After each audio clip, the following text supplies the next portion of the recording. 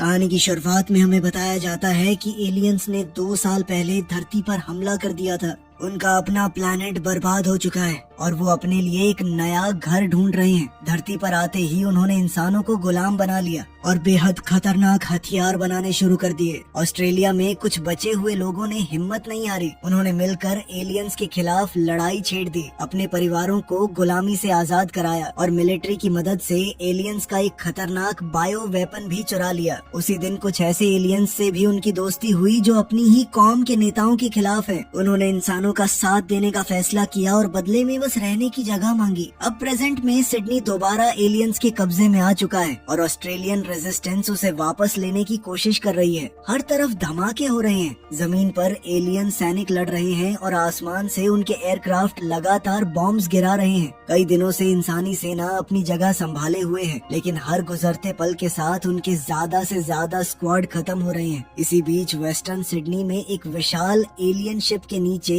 Sewer के रास्ते mat और उसकी टीम चुपचाप अंदर घुस रही है। उन्हें ये सीक्रेट रास्ता उनकी तरफ आ चुके एक एलियन ने ही बताया है। जैसे ही उन्होंने पक्का किया कि वो शिप के अंदर पहुंच गए हैं, मिलिट्री ने ध्यान भटकाने के लिए अपने जेट्स भेज दिए। जेट्स ने शिप पर गोलीबारी शुरू कर दी और जवाब में एलियंस ने तुरंत अपने एयरक्राफ्ट आसमान में उतार दिए। शिप के अंदर घुसते ही मैट की टीम को कुछ ऐसे एलियंस मिले जो गार्ड बनकर खड़े हैं, लेकिन असल में इंसानों के साथी हैं। उन्होंने अचानक अपने ही साथियों पर फायरिंग शुरू कर दी। जब एलियंस आपस में लड़ने लगे, मैट और उसकी टीम ने एक पिंजरा ढूंढ निकाला जिसमें कई इंसान कैद हैं। उन्होंने तुरंत पिंजरा बंद करने वाला सिस्टम बंद किया और सभी कैदियों को आजाद करा लिया। बाकी लोग कैदियों को लेकर निकल गए, लेकिन मैट की नजर एक और पिंजरे पर पड़ी। अंदर 3 छोटे एलियन बच्चे हैं। वो चाहता तो उन्हें मार सकता था, लेकिन उसने ऐसा नहीं किया और अपनी लड़ाई में लौट गया। लड़ते लड़ते मैट कंट्रोल रूम तक पहुंच गया। बाहर जेट्स उसे आने वाले खतरे की वार्निंग भेज रहे हैं, लेकिन उसका ध्यान कंप्यूटर में मौजूद फाइल्स पर है।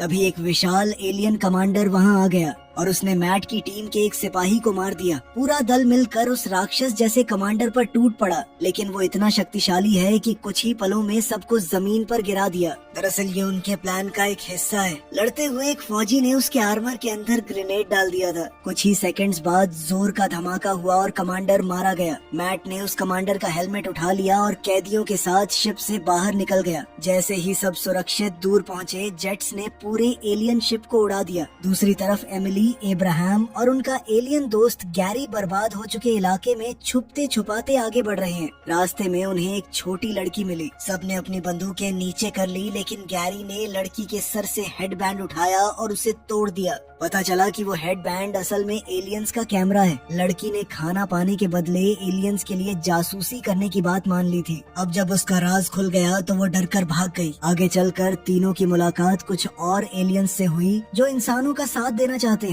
उनके पास देने के लिए कोई सामान नहीं है, इसलिए उन्होंने बदले में एक जरूरी खबर दी। उन्होंने बताया कि एलियन बुजुर्गों के रक्षक, जिन्हें कॉलियर कहा जाता है, आ रहे हैं। साथ ही एक अजीब शब्द बार बार सुनने को मिल रहा है, रेनफॉल। ये जानकारी लेकर सब लोग सिडनी के नीचे बने रेजिस्टेंस हेडक्वार्टर्स लौट आए। वहाँ मैट हेलमेट लेकर पहुँचा। गैरी उस हेलमेट को देखना चाहता था, लेकिन मैट ने थोड़ी मजाक मस्ती के बाद ही उसे हेलमेट दिया।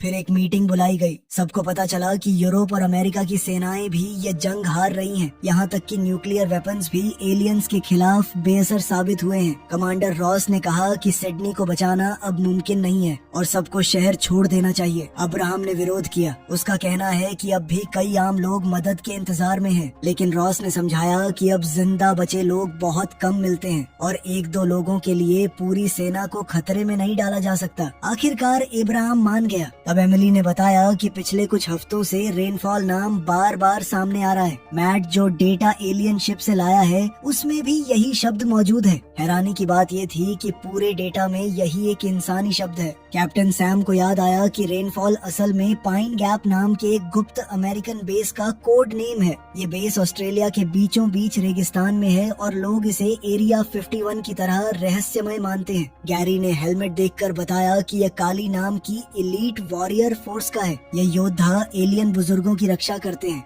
और बहुत कम जंगों में हिस्सा लेते हैं। अगर काली यहाँ मौजूद है तो इसका मतलब एलियंस कोई बहुत बड़ा कदम उठाने वाले हैं। रॉस के विरोध के बावजूद अब्राहम ने मैट और गैरी को पाइन गैप की जांच करने भेज दिया। क्योंकि वो इलाका रेगिस्तान के बीच में है तो गैरी ने कहा कि वॉक्स की मदद से हम वहाँ पर पहुँच सकते हैं। एक तरह के एलियंस के घोड़े हैं। अब सिडनी से निकलने की पूरी तैयारी शुरू कर दी गई। सभी सिविलियंस को बसेस और गाड़ियों में बैठाया गया। उनकी सुरक्षा के लिए हथियारबंद सिपाही साथ भेजे गए और आसमानी रक्षा के लिए जेट्स भी उड़ा दिए गए। जैसे ही गेट खुला एलियंस ने तुरंत हमला कर दिया। उनके एयरक्राफ्ट ने कन्वॉय पर फायरिंग शुरू कर दी। बसेस के अंदर बैठे लोग घबरा गए। जेट्स ने भी जवाब दिया और कई एलियन एयरक्राफ्ट गिरा दिए। लेकिन इस लड़ाई में कुछ इंसानी पायलट्स भी मारे गए। सड़क पर चल रही गाड़ियों से सिपाहियों ने फायरिंग की और कई एलियन एयरक्राफ्ट इमारतों से टकराकर तबाह हो गए। वॉक्स वाली वैन के अंदर मैट और गैरी भी लगातार गोलीबारी कर रहे हैं। तभी उन्हें पता चला कि एमिली का भाई मार्कस छुपकर वैन में आ गया है। मैट ने उसे वापस भेजने की बात की लेकिन गैरी ने कहा कि एक और मदद करने वाला साथ होना बुरा नहीं होगा। कुछ देर बाद एक बस के पिछले हिस्से में आग लग गई। अंदर बैठे सिविलियंस घबराकर आगे की तरफ इकट्ठे हो गए, जबकि सिपाही पीछे खड़े होकर गोलियां दागते रहे। आसमान में जेट्स भी पूरी तरह से बसेस को कवर देते चल रहे थे। इसी समय एलियंस की जमीनी सेना ने रेजिस्टेंस हेडक्वार्टर्स पर भी हमला कर दिया। तेज गोलीबारी शुरू हो गई। जो सिविलियंस अब तक नहीं निकले थे उन्हें एक सुरंग के रास्ते ट्रक्स तक पहुंचाया गया। रॉस ने आदेश दिया कि पहले इंसान जाएंगे और एलियन साथ ही बाद में। एमिली को यह फैसला बिल्कुल पसंद नहीं आया। तभी एक धमाके से पूरी सुरंग हिल गई, छत टूटने लगी। कुछ ही पलों बाद दूसरा धमाका हुआ और सब समझ गए कि एलियंस एंट्रेंस तक पहुंच गए हैं। लड़ाई और भी भयानक हो गई। सिपाही भागते हुए लोगों को बचाने के लिए जान लगाकर लड़ रहे हैं। तब एक और बुरी खबर मिली। मोर्चे पर लड़ रहे सिपाहियों ने बताया कि एलियंस अब सिडनी के ऊपर एक बहुत बड़ा बम गिराने वाले हैं। मौके का फायदा उठाकर एमिली ने एलियन साथियों को भी ट्रक्स में चढ़ा दिया। फिर वो और अब्राहम भी लड़ाई छोड़कर ट्रक्स में बैठ गए। उनका कॉन्वॉय बिल्कुल ऐन मौके पर वहाँ से निकल गया। इसके बाद ऐसा बम गिराया गया कि पूरे सिडनी को निस्तनाबूद कर दिया गया।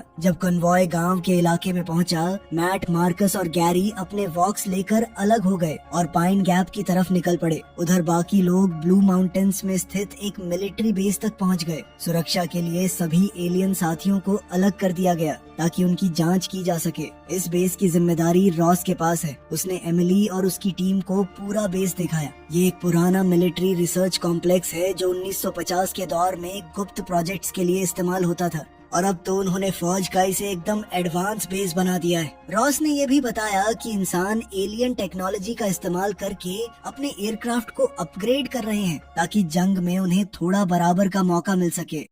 इसी बीच रेगिस्तान की तरफ बढ़ रहे मैट, मार्कस और गैरी ने एक हैरान कर देने वाला नजारा देखा। उनके सामने कई इंसान जान बचाकर खेतों में भाग रहे हैं, जबकि उनके ऊपर मंडरा रहे एलियन एयरक्राफ्ट लगातार उन पर फायरिंग कर रहे हैं। मार्कस उन लोगों की मदद करना चाहता है लेकिन उनके पास कोई रास्ता नहीं है। तब उनकी नजर कुछ पहरेदारों पर पड़ी जिनके पास एक उड़ने वाली गाड़ी है। गैरी आराम से उनके पास गया और बातों में उलझा दिया। जैसे ही पहरेदारों का ध्यान हटा, मैट ने गोलीबारी शुरू कर दी। गैरी भी उसके साथ जुड़ गया और कुछ ही पलों में दोनों ने पहरेदारों को मार गिराया। उसके बाद गैरी ने उड़ने वाली गाड़ी का सिस्टम चालू किया। मार्कस तुरंत उस पर लगी बड़ी तोप पर बैठ गया और आसमान में घूम रहे दुश्मन विमानों पर निशाना लगाने लगा। लेकिन खतरा अभी खत्म नहीं हुआ है। कुछ खतरनाक काली योद्धा उनकी तरफ बढ़ रहे हैं। गैरी ने बिना देरी किए गाड़ी उड़ा दी। मैट को एक पल के लिए लगा कि गैरी उसे छोड़कर भाग गया। तभी दुश्मन की एक और उड़ने वाली गाड़ी उसके ऊपर से निकली। मैट ने मौका देखकर उसे पकड़ लिया और लटक गया।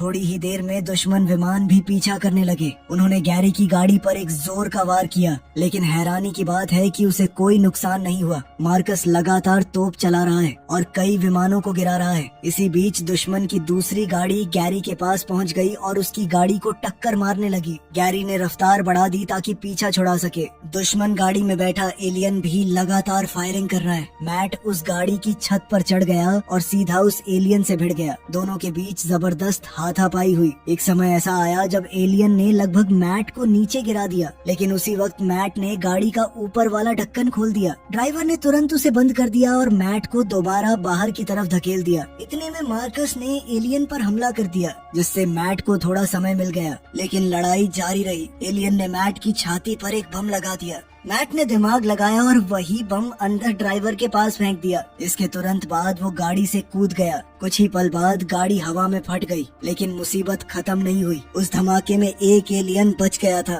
वो दोबारा मैट पर टूट पड़ा। उसने मैट का चेहरा पकड़ लिया और उसे गाड़ी के जलते इंजन की तरफ धकेलने लगा। तभी अचानक एक वॉक्स दौड़ता हुआ आया। उसने एलियन को जोर से टक्कर मारी, जमीन पर गिरा दिया और उसे खा गया। मैट को गैरी और मार्कस ने वापस अपनी गाड़ी में उठा लिया। सफर के दौरान गैरी ने एक और जरूरी बात बताई। उसने कहा कि इस इलाके के एलियंस भी रेनफॉल को ढूंढ रहे हैं।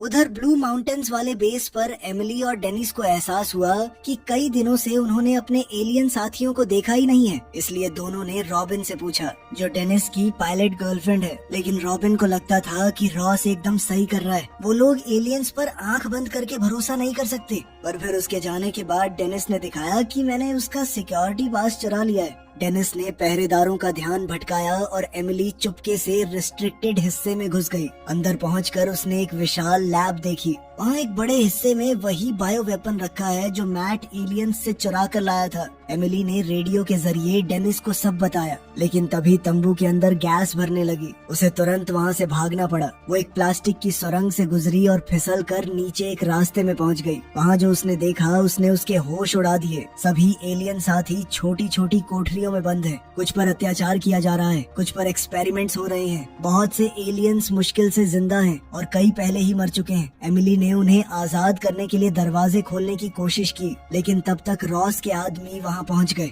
उन्होंने उसे घेर लिया और पकड़ लिया। दूसरी तरफ मैट, गैरी और मार्कस ने वॉक्स के साथ एक जगह डेरा लगा लिया। मैट अब भी एलियंस पर पूरी तरह भरोसा नहीं कर पा रहा है। तभी दूर पहाड़ों की तरफ से एक भयानक दहाड़ सुनाई दी। गैरी ने आवाज पहचान ली। वो ज़ाइलिक है। ज़ाइलिक एक विशाल शिकारी जानवर है जो वॉक्स को खा जाता है। कुछ ही देर में वो पहाड़ से नीचे उतरता हुआ नजर आया। तीनों ने तुरंत फायरिंग शुरू कर दी, लेकिन उसकी मोटी खाल पर गोलियों का कोई असर नहीं हुआ। राक्षस सीधा वॉक्स की तरफ बढ़ने लगा। मैट उनकी मदद के लिए भागा, लेकिन अचानक एक धमाका हुआ और पास खड़ी गाड़ी उड़ गई। मैट जोर से दूर जा गिरा। ये धमाका दो काली योद्धाओं ने किया है। गैरी तुरंत उनसे भिड़ गया। उसने अपनी एलियन पिस्टल से एक को मार गिराया, लेकिन दूसरे काली योद्धा ने तलवार के एक वार से उसका हथियार गिरा दिया और रेनफॉल का ठिकाना पूछने लगा। गैरी मुस्कुराया और अपनी तलवार निकाल ली। अब दोनों के बीच तलवारों की भयानक टक्कर शुरू हो गई। गैरी एक अच्छा फाइटर है, लेकिन सामने वाला और ज्यादा खतरनाक था। उधर मार्कस ज़ाइलिक पर फायरिंग करता रहा और वॉक्स भी जानवर से लड़ते रहे, लेकिन ज़ाइलिक ने एक वॉक्स को गिरा दिया और मार्कस को भी जोर से टक्कर मारकर बेहोश कर दिया। अब वो मार्कस को खाने ही वाला है। मैट ने उस पर फायरिंग की, लेकिन उसके हथियार की ऊर्जा खत्म हो गई।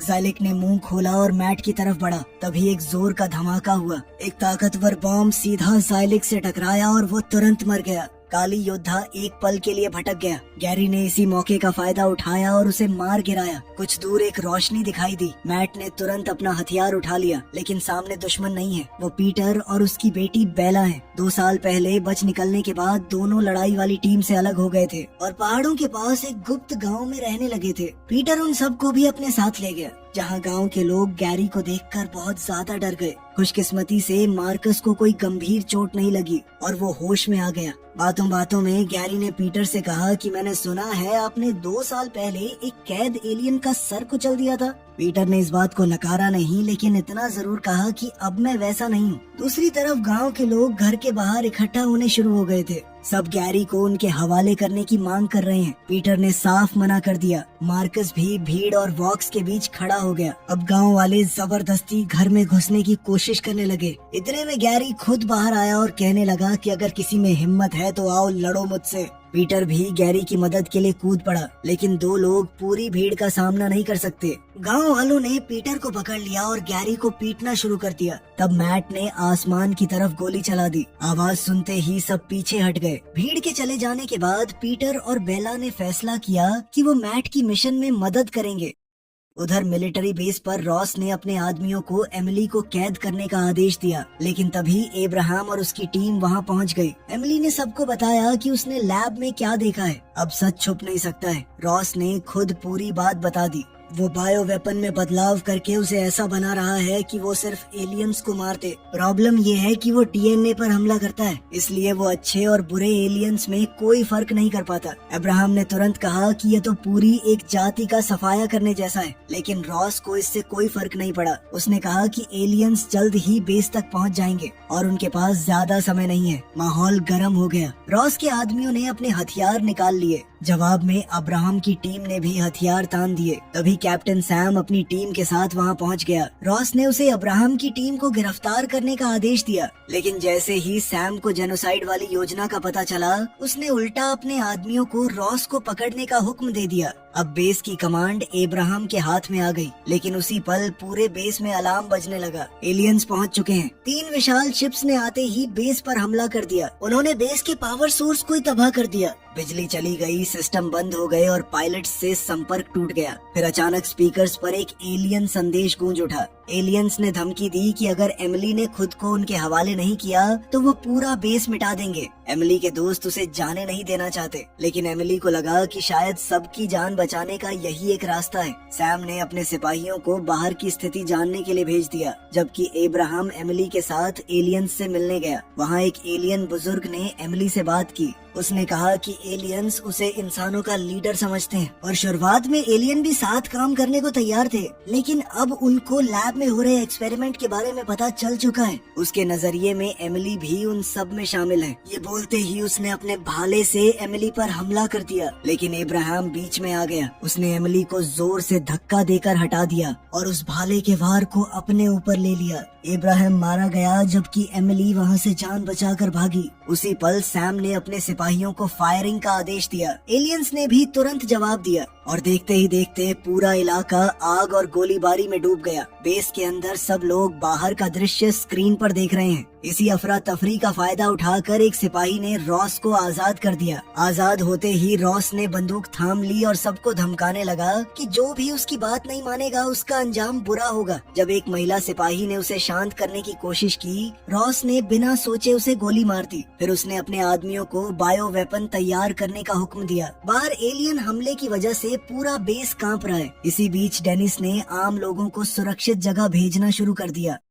दूसरी तरफ मैट, मार्कस, गैरी और बाकी लोग आखिरकार पाइन गैप पहुंच गए। वो लोग अंदर घुसे और उन्हें कुछ सुनसान दफ्तर मिले जो सालों से छोड़े हुए लग रहे हैं। तभी उन्हें एक अजीब सी आवाज सुनाई दी। आवाज का पीछा करते हुए वो ऊपर गए और हैरान रह गए। वहाँ कोई रह रहा है। ये CIA एजेंट बड का घर है और उसके साथ स्टीव नाम का एक एलियन रहता है जो गैरी की तरह इंसानों की भाषा बोल सकता है। जब मैट ने रेनफॉल के बारे में पूछा, बड ने सच्चाई बताई। उसने कहा कि स्टीव कई दशकों पहले धरती पर क्रैश हुआ था। फिर बड सबको एक गुप्त रास्ते से ले गया जो एक रिस्ट्रिक्टेड चैम्बर तक जाता है। वहाँ पहुंचकर सबको रेनफॉल का असली राज पता चला। रेनफॉल दरअसल एक विशाल एस्ट्रॉइड है जो आज से कई साल पहले समुद्र की गहराइयों में मिला था। उस एस्ट्रॉइड के अंदर एलियन टेक्नोलॉजी लगी हुई है। बड का मानना है कि लाखों साल पहले एलियंस ने इसी एस्ट्रॉइड को धरती पर भेजा था ताकि यहाँ की जिंदगी का सफाया हो जाए। मैट ने तुरंत बेस से संपर्क किया और बड ने रॉस को भी ये जानकारी दी। बड ने समझाया कि अगर एलियंस इस एस्ट्रॉइड को फिर से हासिल करके दोबारा धरती पर गिरा दे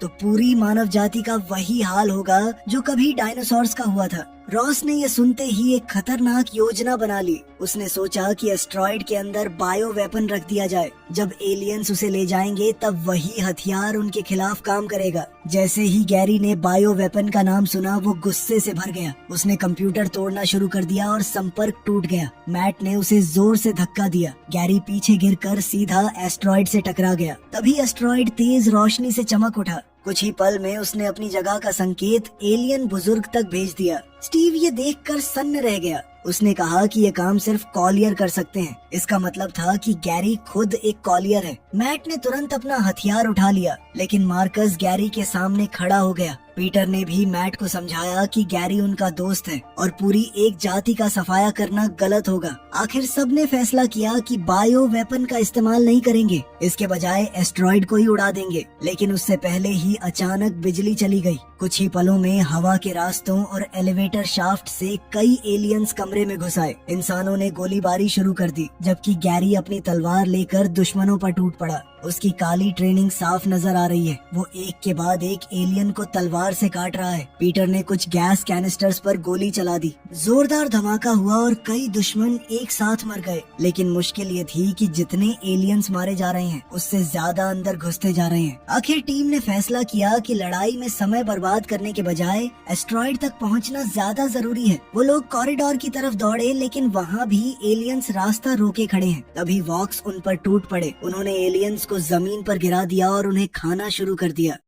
उधर बेस पर सैम के सिपाही आखिरी दम तक लड़ रहे हैं। हालात बहुत बुरे हैं, लेकिन किसी ने हार नहीं मानी। आसमान में जेट्स ने भी उड़ान भरी और आम मिसाइल से एलियन विमानों को गिराना शुरू किया। साथ ही उनके पास बायो वेपन वाले मिसाइल्स भी तैयार रखे गए हैं। इसी दौरान एमिली चुपके से अंदर पहुंच गई और डेनिस के साथ मिलकर कम्युनिकेशन ऑफिसर को डरा कर भगा दिया। डेनिस ने सिग्नल बदला और रॉबिन से संपर्क किया। एमिली ने उसे लैब के एक्सपेरिमेंट और जेनोसाइड वाली योजना के बारे में सब बता दिया। लेकिन बदकिस्मती से यह संदेश सिर्फ रॉबिन तक नहीं गया। पूरे बेस ने उसे सुन लिया। रॉस ने भी रॉबिन से संपर्क किया और उसे अपने पुराने आदेश याद दिलाए। रॉबिन ने पीछे हटने का फैसला किया और दूसरे पायलट्स को भी वही करने को बोला। लेकिन रॉस का वफादार एक सिपाही उसकी बात मानने को तैयार नहीं हुआ। उसने सीधा बायो वेपन वाला मिसाइल एक शिप में दाग दिया। मिसाइल लगते ही शिप आसमान से गिरने लगा। साथ ही जहरीली गैस फैल गई और बाहर मौजूद कई एलियंस मरने लगे। मौका देखकर सैम और उसके सिपाही अंदर घुस गए और रॉस के आदमियों पर फायरिंग शुरू कर दी। लेकिन रॉस पिछले दरवाजे से भाग निकला। अपने आदमियों को मरने के लिए छोड़कर वो सीधा नीचे वाली लैब में पहुंच गया। वहां उसे पता चला कि गैस को कैद खानों तक पहुंचने में अभी समय लगेगा। उधर कम्युनिकेशन रूम में एमिली और डेनिस को ढूंढ लिया गया।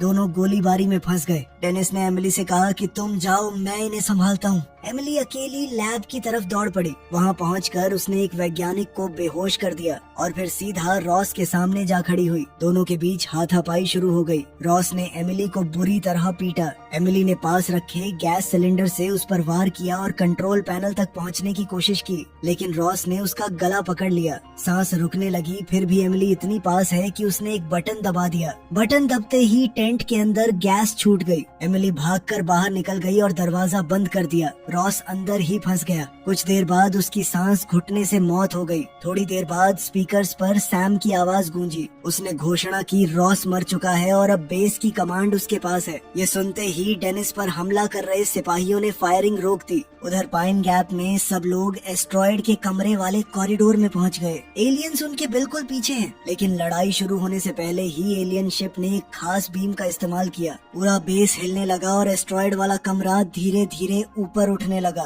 कॉरिडोर बीच से टूटकर दो हिस्सों में बंटने लगा। गैरी उस हिस्से में फंस गया जो नीचे गिर रहा है। उसके साथ कई एलियंस भी गिरने लगे। ज्यादातर एलियंस गहराई में गिरकर मर गए। सिर्फ गैरी और एक दुश्मन कुछ केबल्स पकड़कर लटक रहे हैं। बेला ने तुरंत अपना चाकू निकाला और कुछ केबल्स काट दिए। दुश्मन का संतुलन बिगड़ गया और वो नीचे गिर गया। जब कॉरिडोर पूरी तरह टूटने लगा, मैट दौड़कर आया और गैरी का हाथ पकड़ लिया। आखिरी पल में उसने गैरी को बचा लिया। उस वक्त मैट ने उसे भाई कहकर पुकारा। ये पहली बार है जब उसने गैरी को पूरी तरह अपना माना। तब तक एलियन शिप एस्ट्रॉइड को अपने अंदर वापस से समा चुकी थी। नीचे सब लोग बेबस होकर बस उसे देखते रहे। बेस पर एमिली ने कैद एलियंस को आजाद कर दिया। कुछ एलियंस गैस की वजह से फिर भी बच नहीं सके। जब ट्रक सिविलियंस और कुछ सुरक्षा कर्मियों को लेकर निकले, तब सिपाही और पायलट्स पीछे रुक गए ताकि दुश्मन का ध्यान अपनी तरफ खींच सके। आखिरकार पूरा बेस तबाह हो गया। रॉबिन भी दूसरे पायलट्स के साथ लड़ते हुए मारी गई। कुछ समय बाद सभी बचे हुए लोग पहाड़ी गांव में पहुंच गए।